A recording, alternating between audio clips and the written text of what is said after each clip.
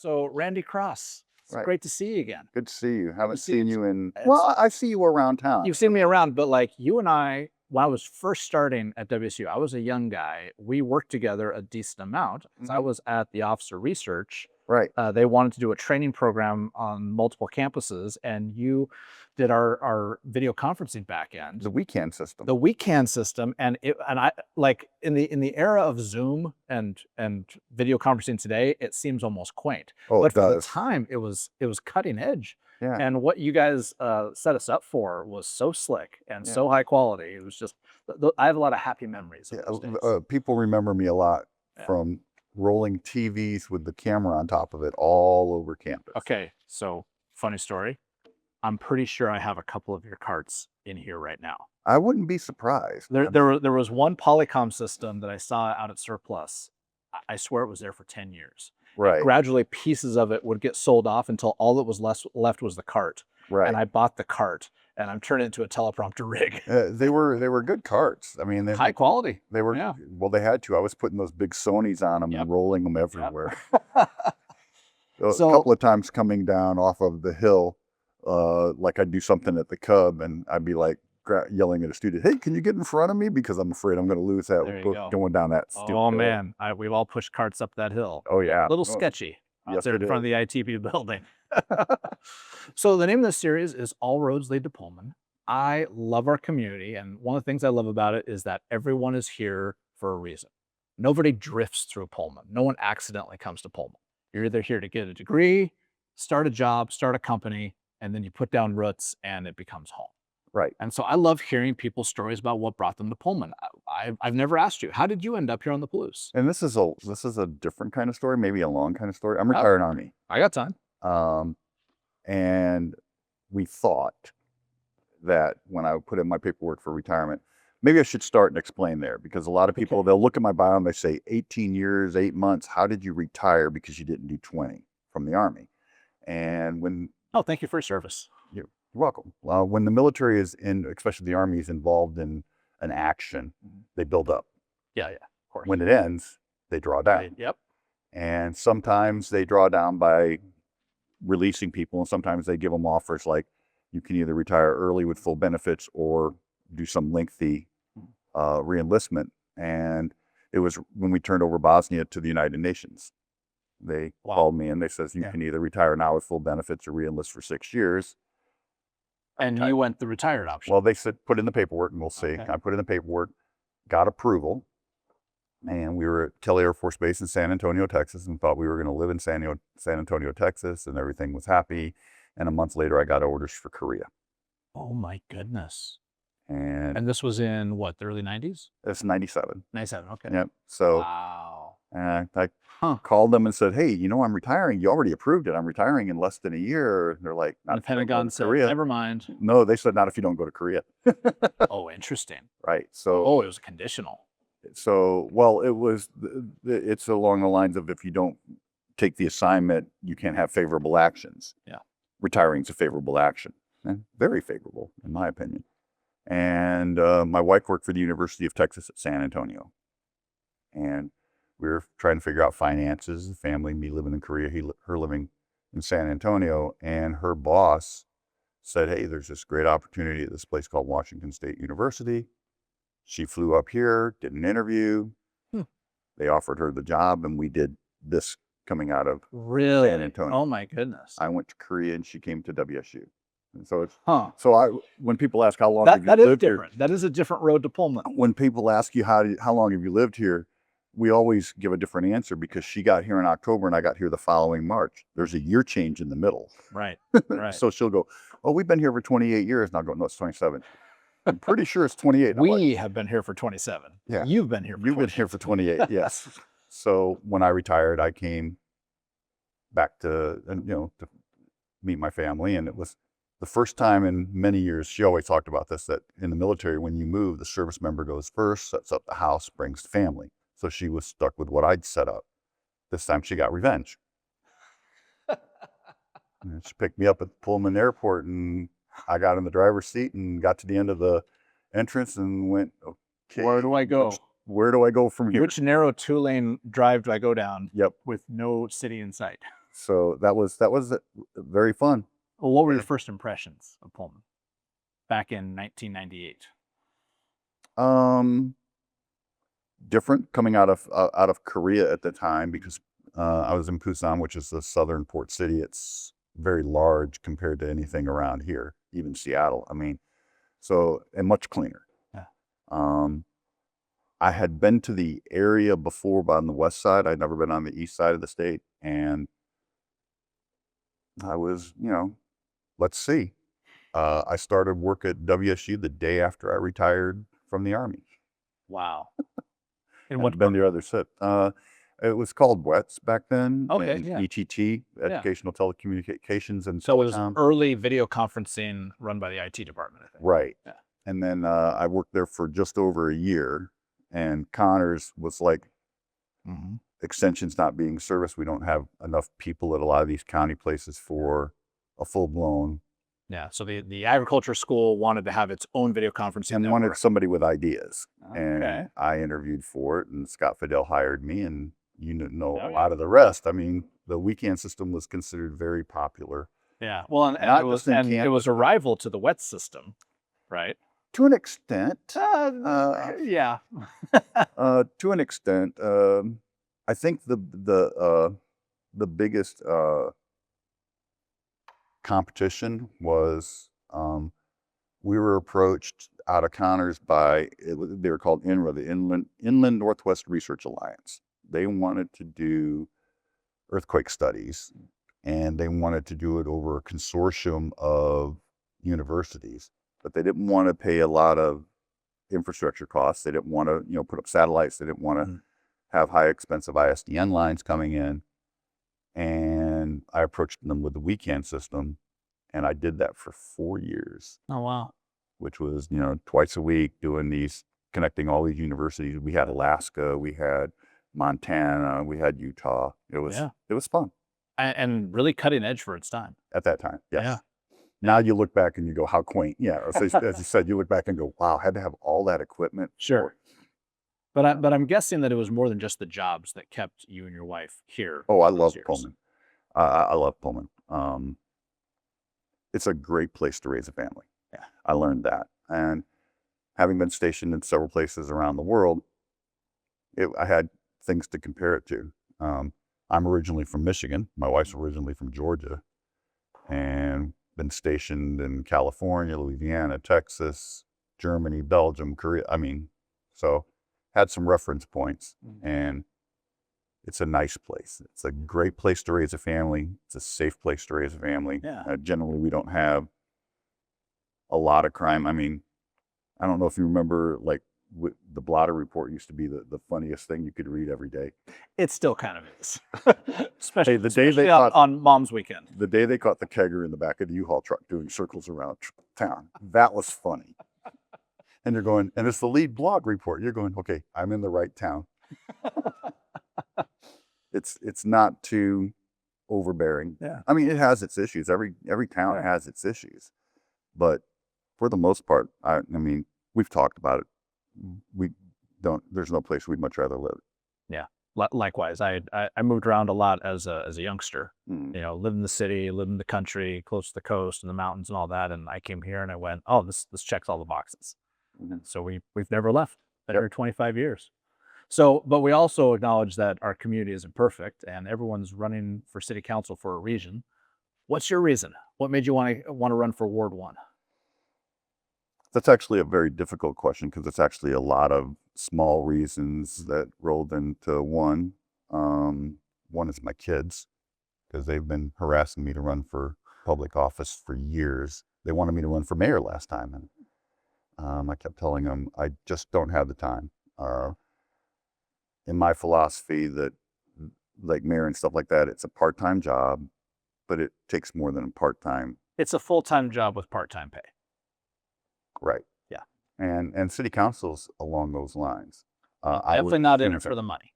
Right. Along the same lines. I'm close to retirement. Mm-hmm. Not there yet. I don't know anything about city council as far as, I'm sure the job has more differences than I'm aware of. Okay.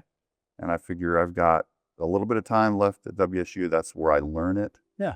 and then the rest of the term Okay. is when I do it, because then I'm not working at WSU. Well, we'll circle back around to what city council does, but Right. what prompted you to run? Right. So that now I'm there. I was getting there. Awesome.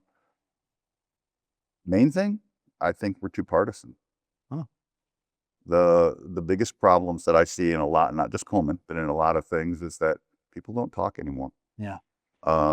They'll look at you and they'll say, if you're this side or that side, I won't even listen to you. Mm-hmm. And you miss a lot of results. You miss a lot of answers Mm-hmm. when you don't think outside your box, Mm-hmm. not the box, your box. Yeah. And I've, just like everybody else, I have opinions on things. And my wife looked at me and she says, you always talk about how to fix it. This is a chance to actually work on it. Cool. And I thought, yes, you're absolutely right. Yeah. And then reeled myself in and tell everybody, I have no agenda. I'm not coming in with an agenda. A lot of questions people might say I'm hedging them, but it's because I don't want to. I'm not here to promote Randy Cross's version of Pullman. I'm here to promote my constituents or my ward's version of Pullman. And sometimes they may have an area that's like way down my totem pole as far as what I think is important, but they think it's important. So now it moves up my line. Yeah. And now I'm dealing on that instead of what I might think. So you got to put the personal aspect aside. You can affect change, but it's not for you, it's for the city. Yeah. You said we're very partisan. I think if I was to comment in a similar way, I would say things have been divisive. I don't know if they've been necessarily partisan, because it seems like very little at the city council level goes into a firm red versus blue category. Oh, and partisan covers more than just policy. So unpack that for me. What do you? It's literally across the spectrum. Yeah. I mean, it's politics. It's red versus blue. It's north versus south. It's racial. It's demographics. It's societal and where you live and how much money you make. Mm-hmm. And I don't care if you're the mayor or one of my kids that's just old enough to vote. Well, all of my kids are way old enough to vote. You should have the same weight in a subject. Okay. And that's not the case. Yeah. So what's an example of that? Probably a good example right now, and this is one that it's one of my top areas, is affordable housing. I honestly think we don't have enough affordable housing, but there are a lot of people in other areas that think we have plenty. And it's like, we have plenty of housing, but a lot of it's not affordable. Yeah. I look at when I moved here, and you're probably in the same boat. When I moved here, just out of the military, I already had 4 kids. And I was able to buy a house that fit my family of 6. Same situation, just take what I was making then, ramp it up in today's dollars, wouldn't even be close. And I would be struggling to find an apartment big enough. Mm-hmm. So affordable housing is one where, and people don't want to talk eye to eye on that. Yeah. So yeah, that's probably a good area. It's a very relevant issue, and it's a national issue in a lot of ways. Well, but here on the Palouse, I mean, we have a little bit of a unique situation because of our demographics, because of our geography, but supply and demand is the same everywhere. Right. We don't have enough houses to keep costs low. And I don't know if this will get me in trouble or not, but I always say that we have the university on the hill. It's a large university, and it masks a lot of things. In the sense of, it depends on when you look at the city too. If you look at the city in October, you may think, oh, we have a shortage of housing, not just affordable housing, but housing, but then you look at it in right now, late July, you go, oh, we got plenty. There's lots of open housing out there, because the students aren't here. Yeah. So. No, the university definitely skews some things. Right. At least the typical use case of a town our size. Yes. Yeah. And it hides some things that you won't look at because the university just overlaps in such a way. So what would you like to see happen when it comes to affordable housing in Pullman? Well, first thing, so it's a twofold thing. because there's not just affordable housing. To me, it's coupled right now with our infrastructure. Transportation is a big one. A lot of the houses that are being built and a lot of the apartments that are being built are on the north end of town. And there hasn't been any road put out there that I can remember. I mean, Terra View's been extended, but backwards and deeper into it, and not in such a way. So if there's no convenience store, there's no gas stations, there's nothing over there to allow people to meet their needs without coming into the town. And then there's only 2 main roads to come into town. So the first thing would be to look at where you're putting it, because that's gonna help some of the, because if I'm putting something where I've got enough infrastructure to support it, that'll help keep some of the costs down. The other thing is to work with the builders, work with the city on where you're zoning things and what kind of housing you're putting in. It's a tough one at the city council level, because you're one person out of 7, and all you can do is make your constituents' voice be heard. Sure. And I have done several events, and that is the number one thing people keep asking me about is affordable housing. Mainly that one, because they're talking about rent going up, especially since the pandemic. Going up, it's like 30% since 2020. Wow. And that's kind of a big chunk. That's huge. That's huge, and a hardship for a huge percentage of our community. Right. So in the city council role, what do you feel like are some practical policy steps that can be taken to address these issues? This is where my novice part comes in. Right. It's okay. It's okay. A lot of it is learning it. One thing that I like to do is research. Yeah. And give you an example. As I was approached at one of these events by somebody who was like, can we do composting for the businesses, and how would it benefit and help people and stuff like that? And the first thing I did is, do we have a composting policy? That's a good question. Do we have a composting law at the state level? Yeah. And start researching there. And then, so the first thing is to be informed. Mm-hmm. What kind of a policy decision? Depends, because there's areas where you'll say, oh, I want to do this, but you're hamstrung by state, federal, or even county that you can't affect. I mean, you can bring it in, bring it up as something to discuss, but you don't have the ability within the city council to make a change. Right. Because it's got to be done like at the state level. Of course. So first things first is to see and this goes back to the agenda. I don't want to put my spin on what I want to fix. I love Pullman. The thing I want to keep is, I want to keep its charm. I want to keep its safety. I want to keep it as an inviting place for people like you and I to stay at. So I don't have this approach of what do I need to fix on my side. Now I'll sit down and do open forums and stuff and find out what the constituents want me to fix. Yeah. Then I research it and bring it to the county, to the city council. Makes sense. What are some things in, let's just say, the last 5 years that you go, oh, I'm doing that because I hang my glasses there. And I'm like, let me move my glasses to the table. No problem. What are some things that have happened over the last 5 years in our community that you're like, man, I wish we could have handled that differently? Downtown. Tell me about that. I think that the businesses were not enough involved, but that's a personal thing. Getting into the budgets and seeing how that was done. Downtown needed to be fixed, but I don't know that it was addressed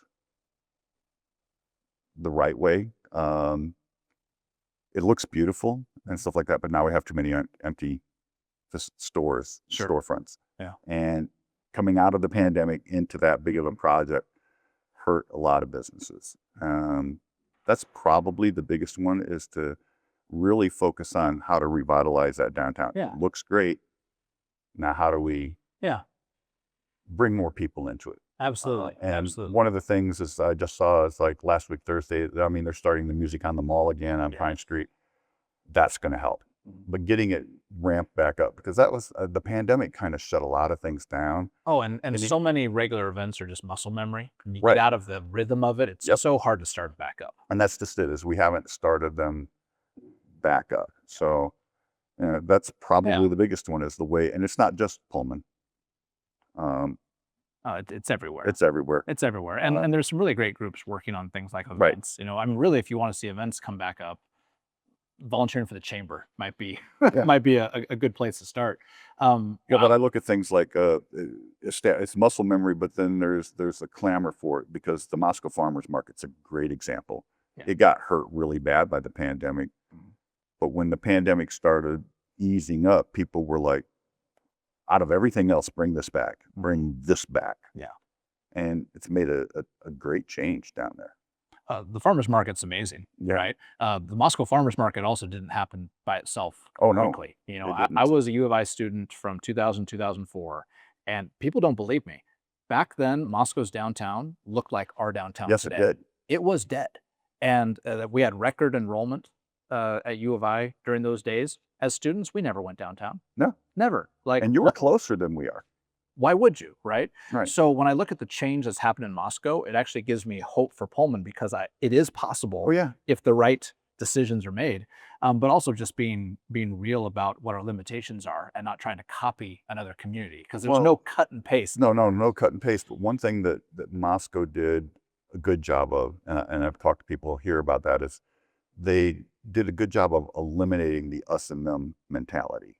It wasn't UI and Moscow. Yeah. It was Their a town-down community. relationship got Right. stronger. It became we are a community. Yeah. And a lot of questions I get here, you can still feel this.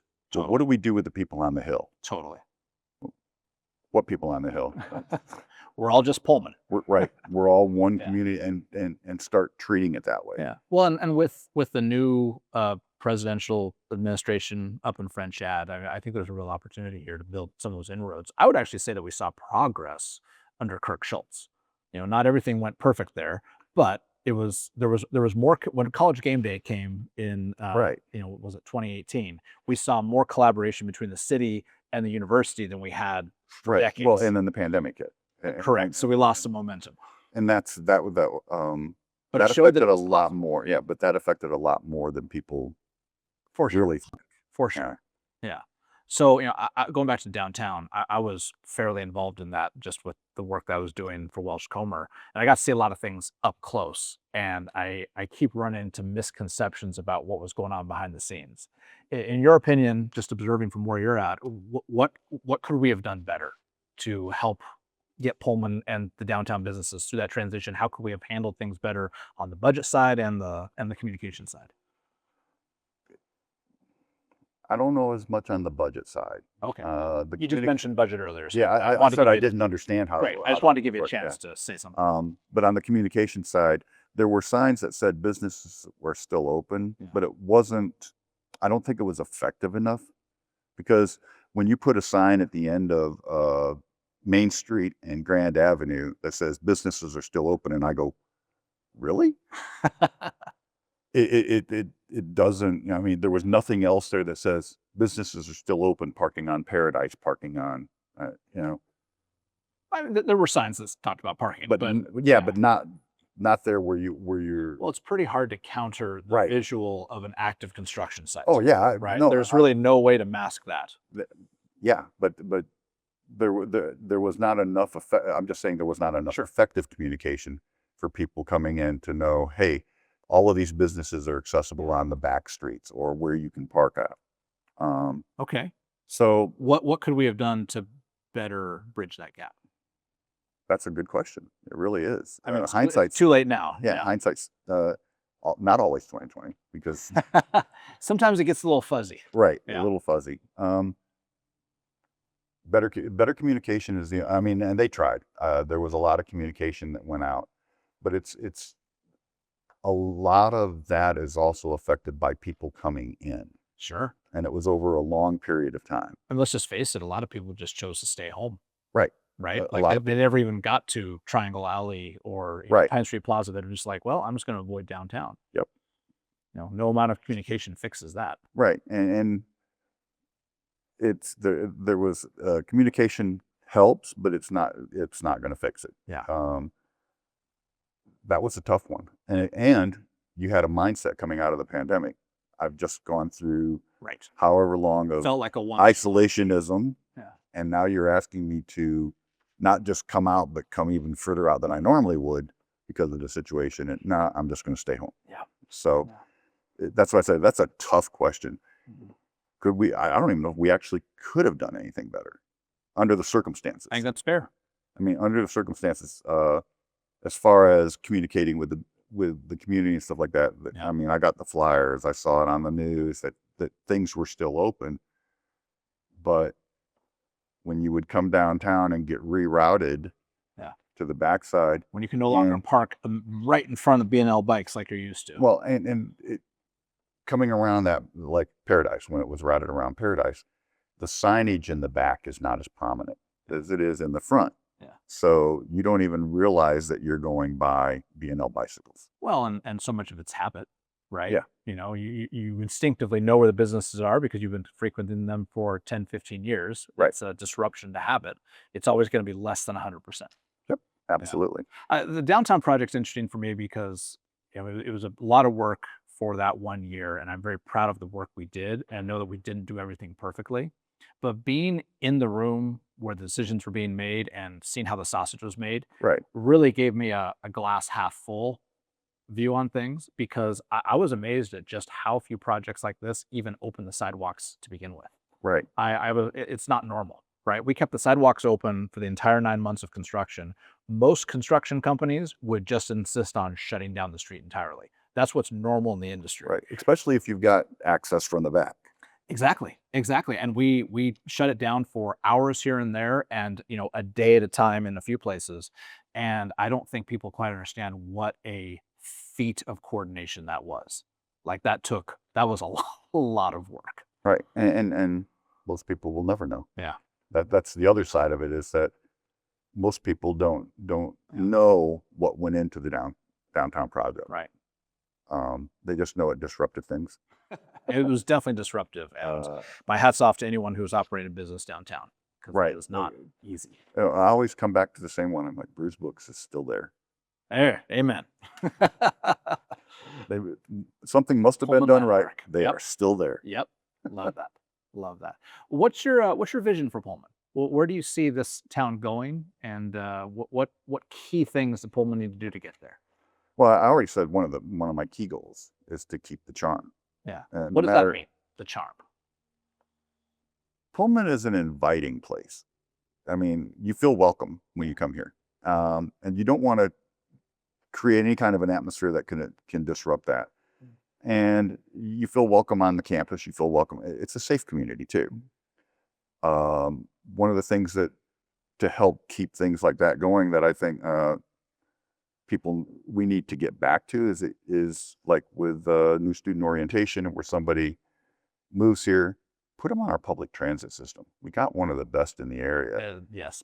And Pullman transit is fantastic. but that'll also help open up the community to Sure. make More us ways to want- get from College Hill down to downtown. right, and show them this is how you get to downtown. This is how you get to the airport now, because they've got the airport run with the bus system. But to make it feel like it's more inclusive, that we're no longer it's Pullman. Yeah. And Washington State University is just like Schweitzer or Rosars. It's a feature. It's an employer in town. It's a feature of the city. I mean, it's a feature that gives you some benefits that you may not have in other small towns of this size. I mean, where else can you get fireworks in the middle of July that are not on the 4th? Because we hit a home run. There we go. So there's features that you get with the university, but don't make it an us and them. Yeah. Make it a one community, and strive to make it a one community. And that means, yes, it does mean doing more partnerships with the university, but including them in the thought process. I brought up the compost thing earlier. I'm gonna circle back to that. I don't know what we could set up for the businesses, but I imagine the entomology department on WSU has some ideas and probably have some students that would see that as a no-cost learning environment. Mhm. So it's thinking along those lines and driving Pullman forward Yeah. as a community and a keep that charm. There we go. There we So go. I do believe the university does maintain a quite large compost pile they do. out behind surplus. They do. Yeah, that thing's Yeah. huge, and it's always like Well, steaming. yeah, and that was one of the questions I had for the person is that there's also, have you done any kind of a study or a feasibility study into if you work with the businesses, how much are you going to produce? Mhm. That's one thing. What are you going to do with it when you produce it? Yeah, and who's gonna manage that Yeah. transportation? Oh, what's the distribution? You know, but then think outside the box. Look at, we have a community garden called Copple Farms. Love that. What if you did the businesses with the university and provided compost Copple Farm at no cost or very There's low cost? so many great collaboration opportunities, Right. and I love your vision for Pullman. What is your vision, or what do you feel like the role of city council is in all these things? Biggest role is to listen to their constituents. Mhm. And that's it's hard for me to put that into words because I haven't had enough time to figure out what their main concerns are. The biggest Sure. the biggest role is to listen to your constituents Mhm. and then make decisions that are Yeah. research it and then make decisions that are best for the city. Mhm. Because if you get elected to city council, you may be representing Ward 1, but your decisions affect the entire city. And that's part of that all inclusiveness. Yeah. You know, it doesn't matter what shirt you wear, what hat you wear, who you vote for, where you shop. Uh, Everybody has a place at the table, and the decisions affect everybody. Totally. So, the role of city council is to make sure that everybody's represented. Yeah. So, assuming you do your job well of listening to your constituents, being a good listener in the day to day, Mhm. what do you feel like the job description is of a city council? To research those issues and present them, and discuss with the city councils to see what you can and cannot get through. And then the other side of that is to be honest and open about what you can and cannot do, Okay. or why you make a decision. If you come, Where are those guardrails? What do you understand the role of city council to be? well, like I said, I'm a novice on that one. It's to help run the city, to help figure out the budget, to help figure out Okay. to help bring in businesses, to to work with your constituents for finding out the areas that they need to address, safety, lighting, hey, which streets need to be Yeah. plowed. Well, you said run the city. What does that mean to you? Oh, there's a lot to running the city. There is, yes. Yeah. But you said the role of city council is to run the city. What does that mean? To have a voice with your constituents on Mhm. how the budget's divided amongst certain things. Sure. How much goes to city I mean, Yeah. it's not just that the mayor comes out and says, this is the budget, this is what we're doing. No, the budget is set by council. Right. And that is to work with your constituents and play a part in that role of what gets funded, what doesn't get funded, Yeah. and report back to your constituents as to, because just throwing something out there, not that this is an issue, but, if the Grimes, I'll do a WSU thing because we don't have anything. If the Grimes Way playfield is number one on your constituents' Mm-hmm. mind, and you're bringing it to the city council and within the budget, they're like, we just can't afford to do it. Sure. Then you go back and say, yes, we brought it up, we discussed it, we can't afford to do it. This is why.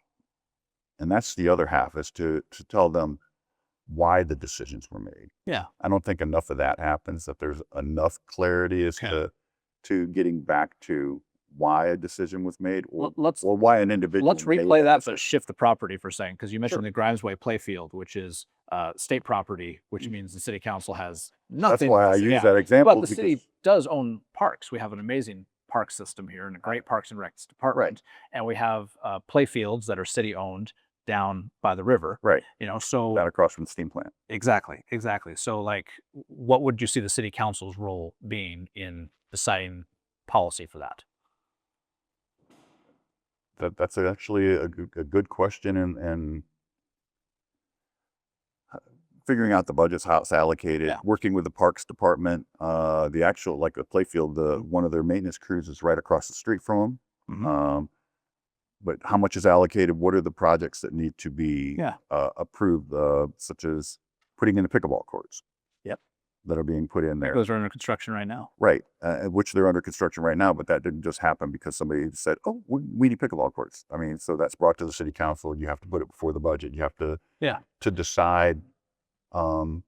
And for instance, that's not in my ward. Am I going to vote for it, against it? I think it's good for the city, but it's going to take a majority vote. Yeah, it's going to be a majority vote on the council. Right. So I would be, yes, that's something that is good for the city, and it'll be good for my constituents because everybody uses the playfields.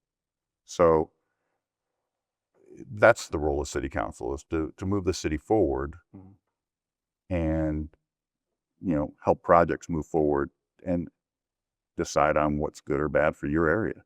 Okay. But not with your own opinion, with everybody's opinion. I like that. It's a very collaborative way of looking at things. Right. And that's the main thing. And when you ask me what's the job, is to be collaborative. Yeah.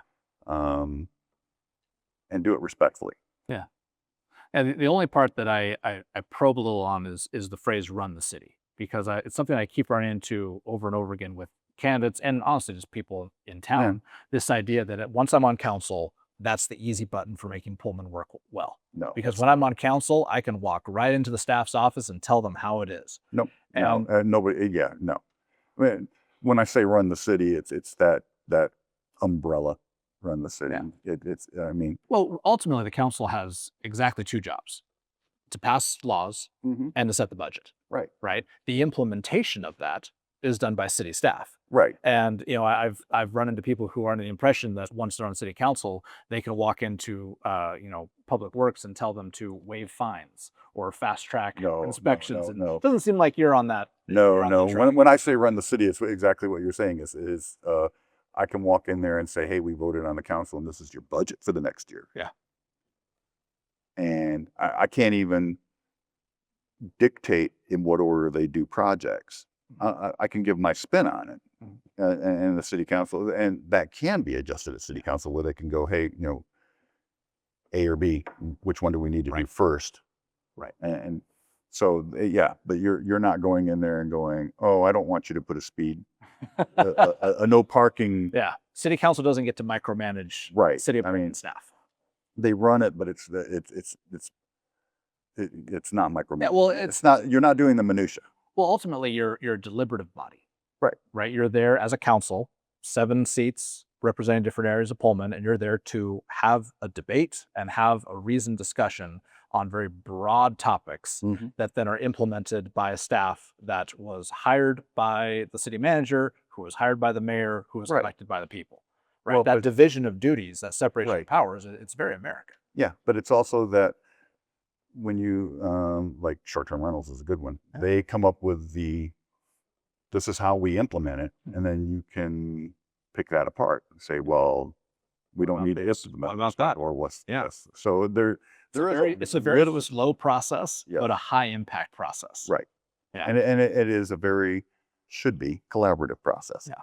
Yeah. And I want to make sure that everyone who gets into those 7 seats is prepared for the tedium of writing good laws, because it's not fast or exciting. It's not easy. It's not easy at all. And it's very frustrating. If you've ever read a proposal for a law, I'm sure you have. I have. Yeah. I mean, if you do it right, you have like 40 documents open, because this one says a lot of tabs open. After 2, insert this in this bill on what? Hold on a second. And then you're looking for that bill to find that subsection to find out what sentence they're changing and how that affects the main bill. Yeah. So it's very, very tedious and very detailed. Well, it needs to be detailed because it's the devil's in the details, and that's very true. There you go. Right now, where the people in the community, a portion of the community has been asking for more oversight over the use of certain recreational explosives on College Hill. Interesting, Venn diagram of jurisdictions there. Do you feel like that's an appropriate thing to be decided at the council level? That's a tough question. Yeah. It really is. It's a nuanced one. Well, because I can see it on all different sides. Absolutely. you want to bring in, I mean, it's been shown in major leagues that pyrotechnics bring in people because of the excitement and stuff Mm. like that. I don't know if it works so much at a smaller level as our university. Um, and that's another nuance where we sit. You know, all roads may lead to Pullman, but some of them are difficult to travel. Some of them were dirt roads. Yes. And I understand with small children and stuff, I can understand uh, it being decided, if nothing else, more of a better notification system. Mhm. Doesn't seem like it would be that hard to Right. have a calendar. Right. Well, Right. not necessarily even a calendar, figuring out another besides just the calendar, because if I got a calendar, I can't remember that there's a game tomorrow. Sure. Or I'm you can I'm opt far enough. into a email Yeah, list or a text list like I'm FYI tonight at 8:30. yeah. I mean, with when I started running, one of the first things I ran into is vendors. Hmm. They're Okay. everywhere. I mean, within the first 5 days, I had dozens of emails of people wanting me to buy voter lists, signs, text lists, whatever, from Florida, Texas, New York, the entire nation. So there's ways out there that you can find out who is affected Sure. and do a text thing saying, hey, just a reminder in case you forgot on the calendar, Yeah. tonight's a baseball game. Well, I think that was because you filed with The minute I state. find, well, yeah, I'm saying that, Like I got a mortgage a couple years ago, and I counted 90 seconds from the time I clicked send to when I started getting the first spam calls for mortgage right, brokers. yeah. So but that tells you that it's there, Sure. and they can break it down, and especially with today's technology, they can break it down and saying these are the people that are going to be Yeah. affected by Bailey Field, Right. setting off fireworks, Yeah. and just sending out the notification that says, That hey, seems like a very practical solution. at least a start, Yeah. and then see what happens, Sure. and see what kind of pushback you get. Yeah. Because I think the other side of this is there's just not been enough effective research on it. But then you're familiar with this phrase, analysis paralysis. There you go. You don't want to do that either. We've never had a problem with that in Pullman. That's why it's a phrase that everybody Yeah. knows. Yeah. So you got all those vendor requests when you filed for public office. Oh, And yeah. it looks to me that you have spent an enormous amount of money on your signs. Yes, I Your did. signs are adorable, by the way. Well, thank you. Are they all hand drawn? By my grandkids. Holy cow. How many do you have out there? 9. I have, signs? Well, 17. okay. I have 17 signs out there right now. I have, 17 divided by 9. Okay, that's not a terrible ratio. right. Yeah. Well, 2 of them didn't participate because one was not available and one's just over a year old. Okay. So, No excuses. but, um, No, it's adorable, but I do have to ask, like, I've never seen a candidate win in Pullman without signs. I know that. And I could see somebody reading into that as a lack of seriousness. And if people ask, I think they're an eyesore. I think signs They are are, eye-catching. no, they're not. And no one else has hand-drawn signs. Well, that's yeah. They're an eyesore. I actually was not even going to put signs out there. Everybody keeps saying you need to put signs out there, and my first response was, I'm not going to. There's too much money in politics, and needing donations to buy signs, is just it's against my philosophy of local government. I mean, we don't need any more. I don't need to be funded to run for city council. Because also in some ways, if you're funded, you're beholden.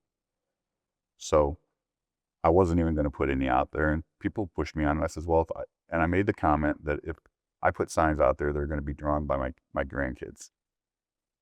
And then I started getting questions. When are your grandkids going to draw your signs? Now I got a different problem. Do my grandkids even like me? So I just went on to Amazon. I bought signs, and they're smaller too. So I'm part of the eyesore, but I'm a lesser part. I think it's so and then we it was the timing. The reason I was so late is I have 4 kids. One of them lives in Kentucky. There's a reason. It's a story behind that with a blended family and custody and where they could live. And they came for the summer. So, and they have 5 kids.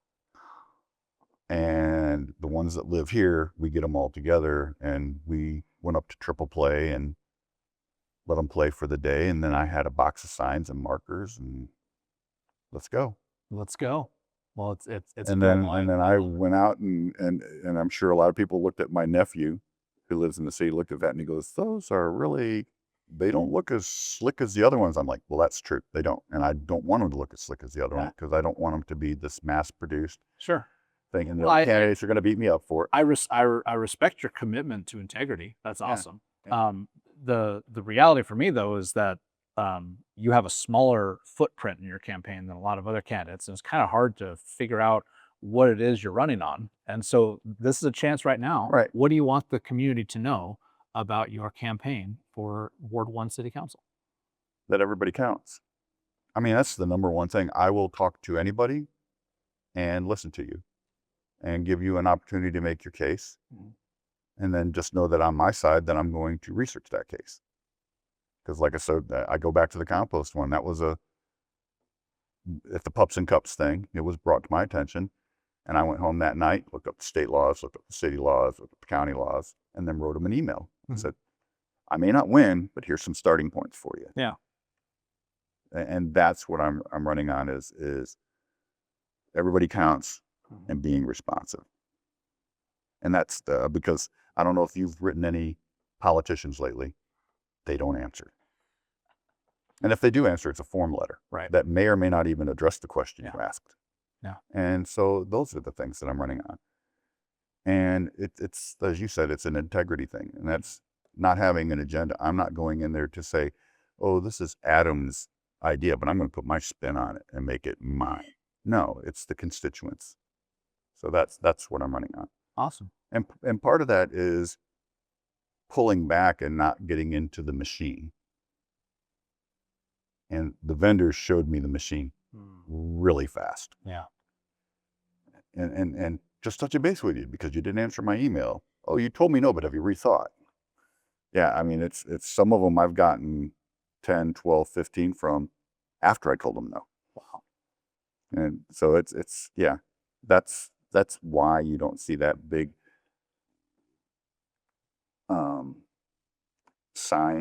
plethora of signs all over. You heard it here. Randy Cross, not part of the machine. There you go. Well, as we wrap up here with our road to Pullman, what do you think the future looks like for our community? What do you hope Pullman looks like in 10, 15 years? That's a good question. I wanted to see a lot of the way it is as far as, because I go back to the charm, and I know I keep repeating myself, but I want it to stay a clean environment, a healthy environment, a welcoming environment.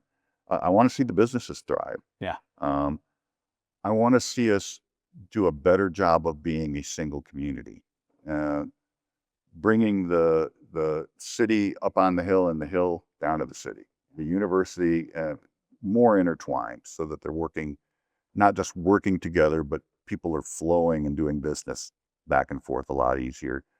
And there's just a joy that I feel when I live in Pullman that just permeates the entire city. Awesome. Well, thank you so much, Randy. Thank you. Wish you best of luck. Thanks.